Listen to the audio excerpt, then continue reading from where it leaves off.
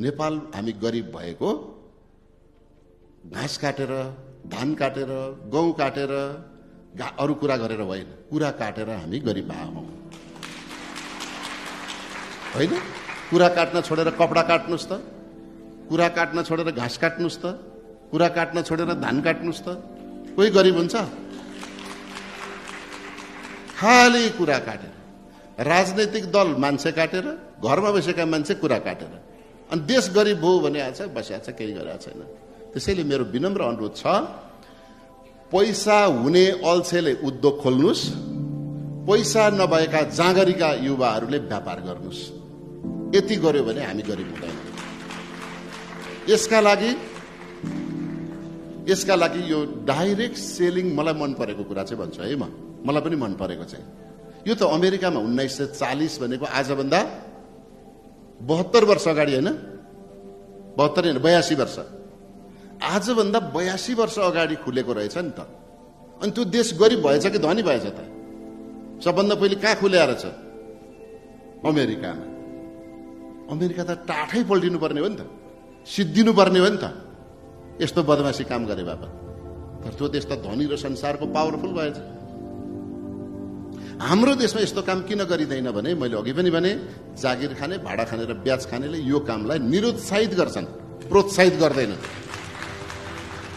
त्यसो भएको हुनाले अब हामी सक्नेले उद्योग धन्दामा लगानी गरौँ, नसक्नेले, पैसा नहुनेले व्यापार व्यवसाय गरौँ र यसलाई वैधानिकीकरण गर्नका लागि मात्रै मैले भूमिका गरे हो। मैले व्यापार गरे नि होइन, उद्योग खोले नि होइन। र यो क्षेत्रमा लाग्ने साथीहरू सुन्नु भएको छ, म 2074 सालका असोज 21-22 गते जस्तो लाग्छ है मलाई यो पास गऱ्यौँ, 24 गते पास गऱ्यौँ। र नेपालको इतिहासमा, संसदीय इतिहासमा एउटा मात्रै यस्तो विधेयक हो जसलाई संसदले सर्वसम्मत पारित गरेको छ, एउटा मात्रै विधेयक।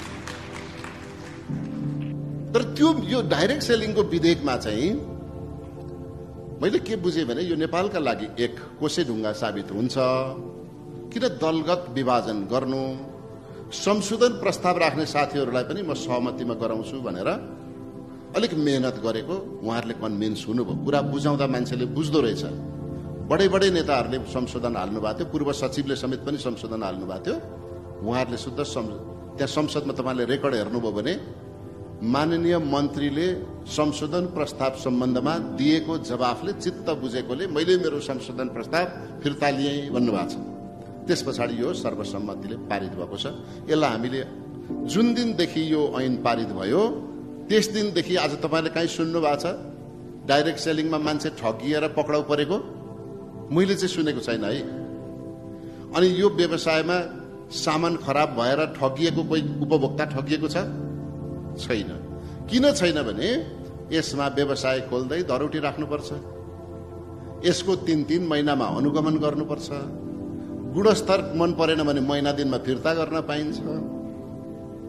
तपाईले घर छेउको किराना पसलमा किनेको हर्लिक्सको बट्टा घरमा लगेर खोलेपछि नक्कली रहेछ भने फिर्ता हुन्छ? फिर्ता हुँदैन। तर यो सामान त 30 दिनभित्र फिर्ता ल्याउनु भने फिर्ता हुन्छ। यो सामान तपाईको घरको नजिकैको किराना पसलमा 3-3 महिनामा कोही अनुगमन गर्छ? कोही गर्दैन। त्यसले धरौटी राख्नुपर्छ? पर्दैन।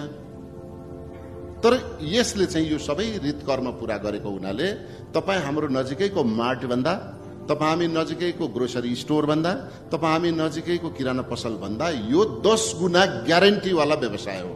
म तपाईँहरूलाई त्यसो भन्छु, 10 गुना, 1 गुना 2 गुना मात्रै होइन। यसलाई हरेक पल सरकारले सिधै हेरिराखेको हुन्छ।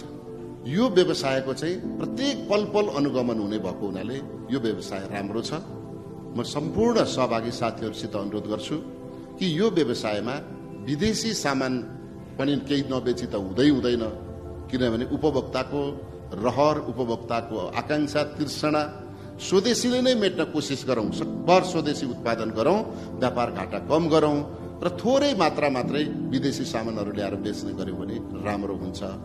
हामी सबै हातेमालो गरौँ, एकअर्काले संकल्प गरौँ, देश बनाउनु छ।